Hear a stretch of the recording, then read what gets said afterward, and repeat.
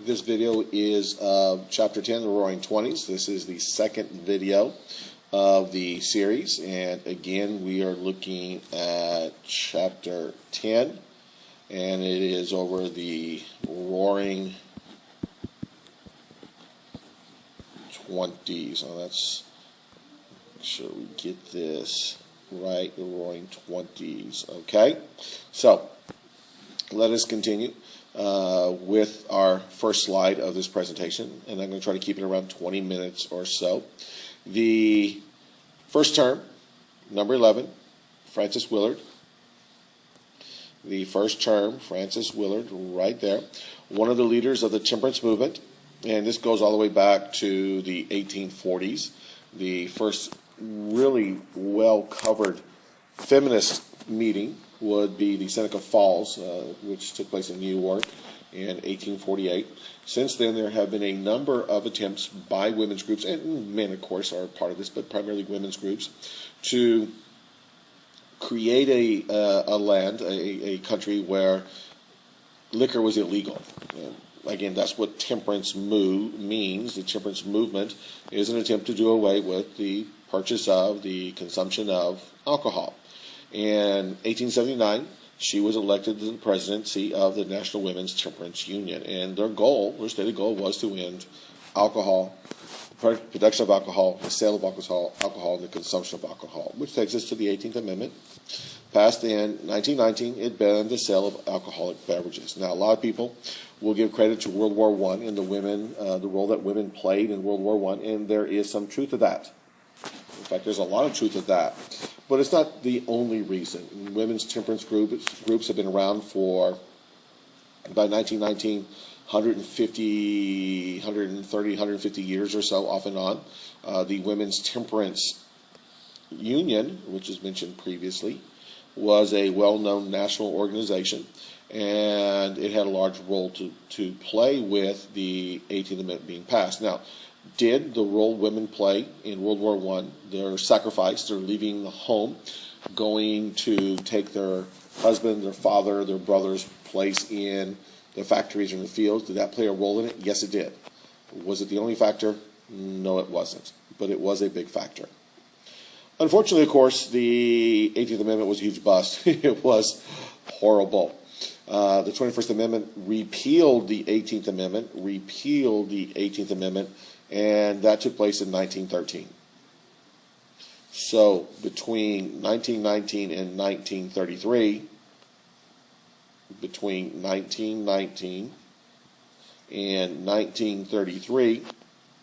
we're looking at about 14 years. In those 14 years, we had prohibition, which was a previous vocabulary term. It was illegal to purchase, it was illegal to manufacture, to purchase, to consume alcohol. It was repealed, prohibition, 18th Amendment was repealed in 1933, that's the 21st Amendment. Partially was due to the fact that we were in the middle of a depression, and the government under FDR wanted to, FDR being Franklin Delano Roosevelt, will take up him and the Great Depression in the next chapter. Hold on. Migrant Club members, if you... All right, sorry about that. I am doing this after school, and I'm sure occasionally I'll be interrupted by announcements. If I do, I'll pause it and continue when they're over. So, the Great Depression, Franklin Delano Roosevelt, we will talk about him in the next chapter. Number 14, the Scopes monkey trial. This was a well-known, highly publicized trial in which really what it boiled down to is a Tennessee teacher, a man by the name of John T. Scopes, who was a biology teacher, taught evolution. Evolution, the Darwinian theory, man evolving from apes, that kind of stuff, right? It was against the law in Tennessee to teach evolution. All that could be taught in Tennessee, according to the law, was creationism, the Old Testament Genesis. God created man, that theory. So, here we have, in the Scopes monkey trial in the 1920s, we have John Scopes teaching evolution, which is against the law. He is arrested. He is put on trial, and his trial attracted national attention. Was he guilty? Yes, he was as guilty as sin. He taught evolution in front of the principal, in front of, I believe, is the mayor and the police chief, so he was guilty as sin. However, the trial soon became not about his guilt. Did he break a law? The trial soon became about religious beliefs versus against scientific theories. Now, no matter how you slice it, many people believe that religious beliefs are just theories as well. Many people believe that scientific theories are just that, theories that have yet to be proven. And so we're looking at two things that at the moment had not been fully proven and may not ever be fully proven. Religious beliefs, and the key word here is belief, faith. You either believe or you don't. Scientific theories are just that, a theory, not a proven fact yet. So, was Scopes guilty? He was. He was found guilty, fined a small amount, I believe it was $100, which he never paid. A year or so later, the guilty verdict is overturned, and everybody moves on. But what is truly important about the Scopes monkey trial is that many people in the country who were vastly religious, very religious, particularly in the South, felt that they were being challenged, their religious views were being challenged by the scientific community, and that the Southerners, the truly religious, felt that they were being mocked. It drew national attention. Clarence Darrow, who was one of the, if not the best-known lawyer of the day, defended John Scopes in the trial.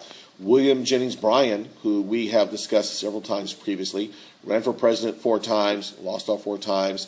He was, hold on. I'm back. He was the Secretary of State under Woodrow Wilson, who resigned because Wilson would not ban overseas travel, which of course led to the death, in his mind, in William Jennings Bryan's mind, led to the death of 128 Americans on the Lusitania. So he has had a colorful, lengthy career.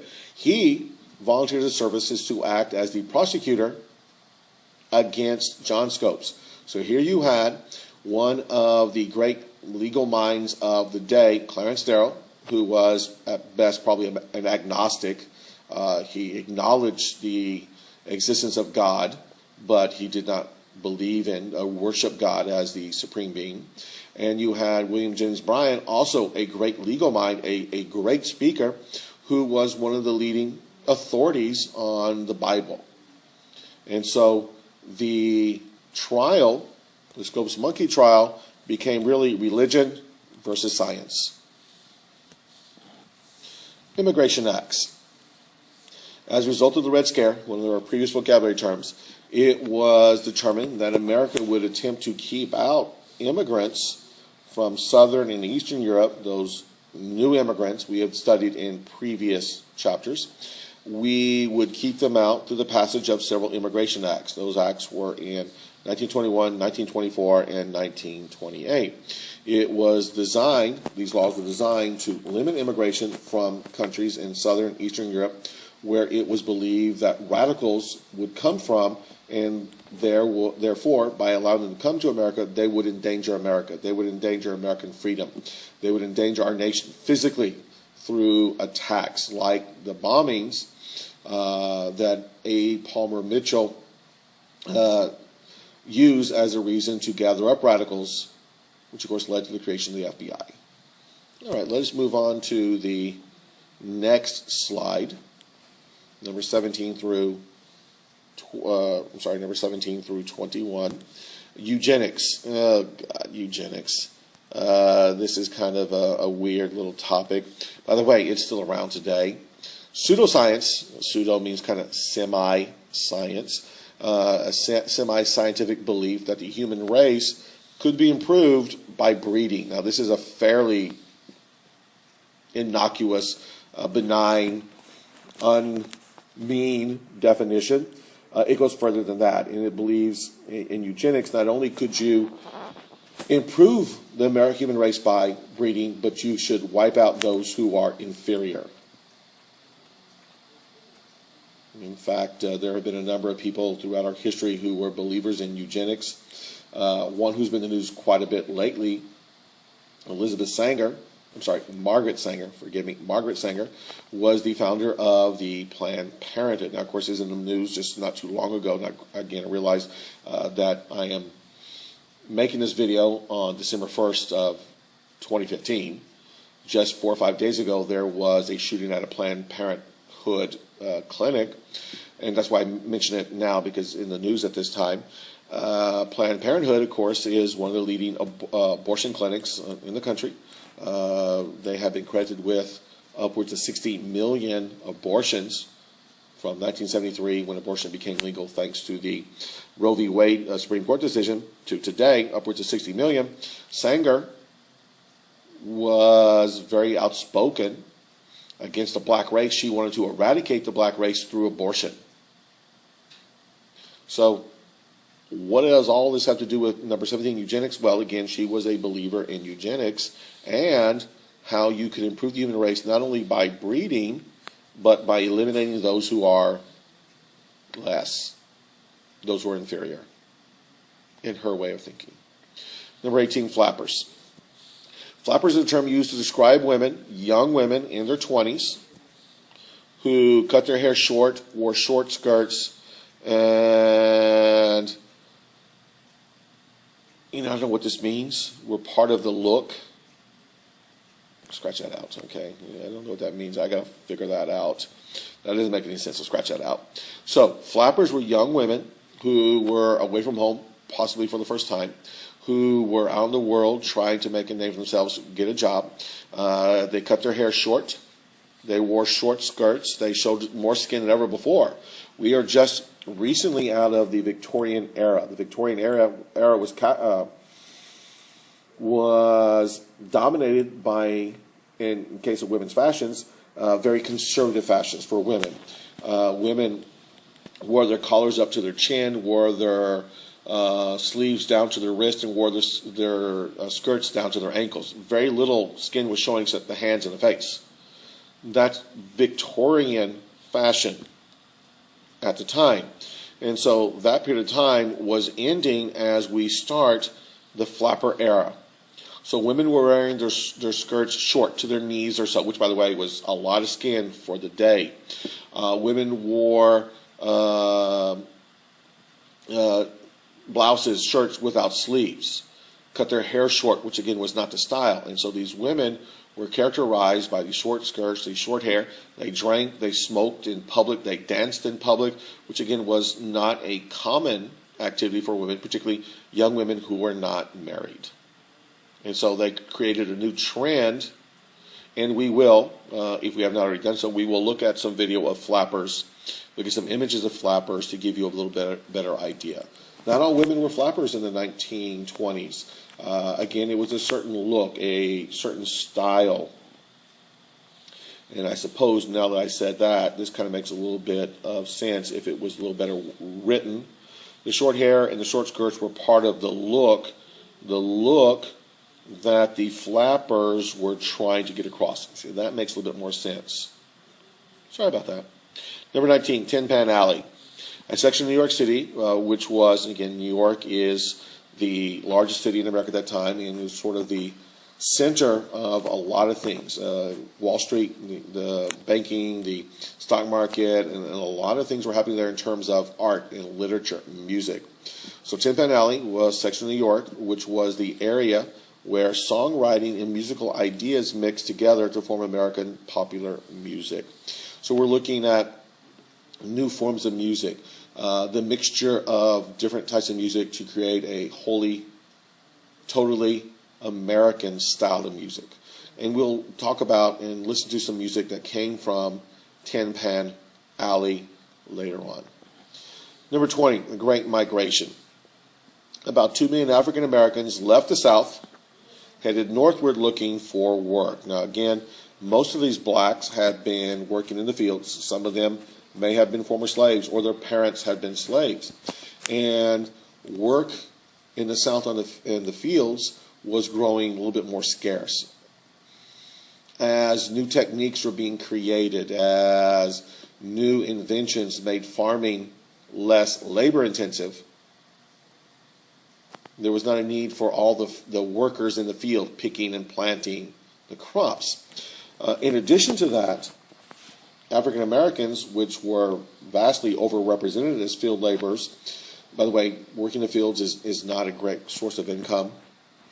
Farming in general is not a steady source of income. Too much rain, too little rain, too cold, too hot, not enough insects, too many insects, tornadoes, hurricanes can all destroy crops just like that. And so it's a difficult proposition. And a lot of these African Americans were sharecroppers, and so they rented land that they would then pay off the person they rented the land from by giving them a percentage of the crop. And it's a huge mess. We discussed sharecropping before. But a lot of the blacks in the South saw a chance to move northward to gain steady employment in the factories thanks to the nearly 3 million whites we put into uniform in the late 19-teens. So whites were being drafted, whites were volunteering. Now again, we did have 100,000 or more blacks who hold on. I'm back. So the blacks, the African Americans, left the South, moved north looking for jobs that had been vacated by the whites who had joined the military. And again, this not only the African Americans, but also women. And we've talked about that previously. So this concept of these blacks moving northward, looking for steady work in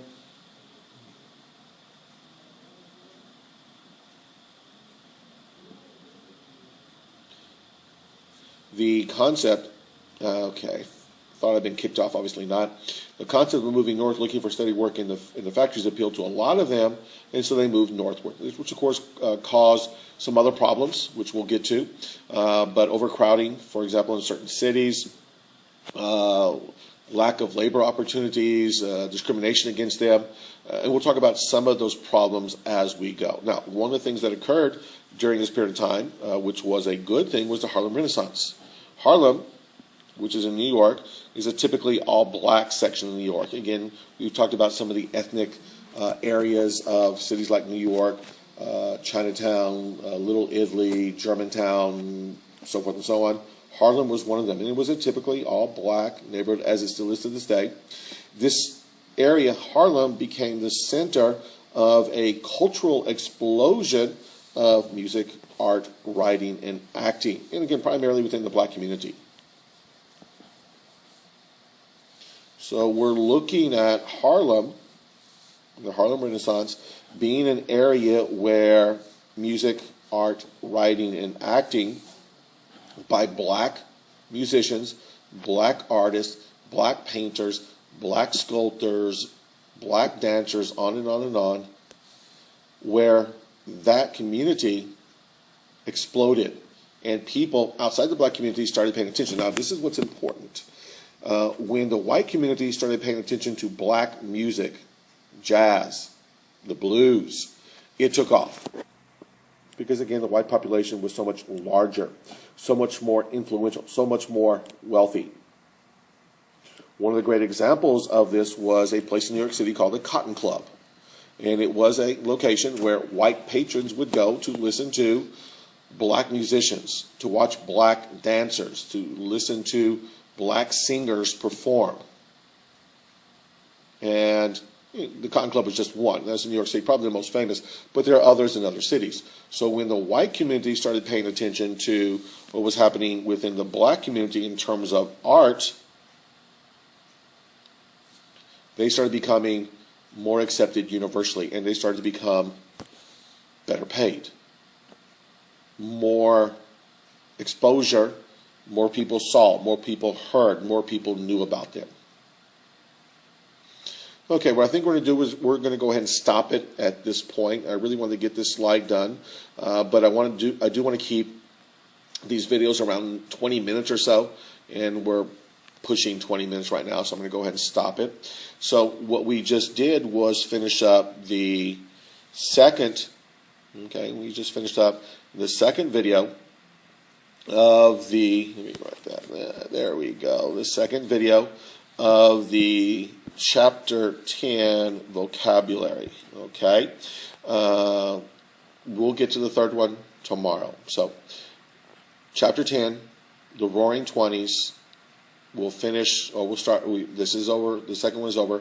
We'll start the third one later on. Bye.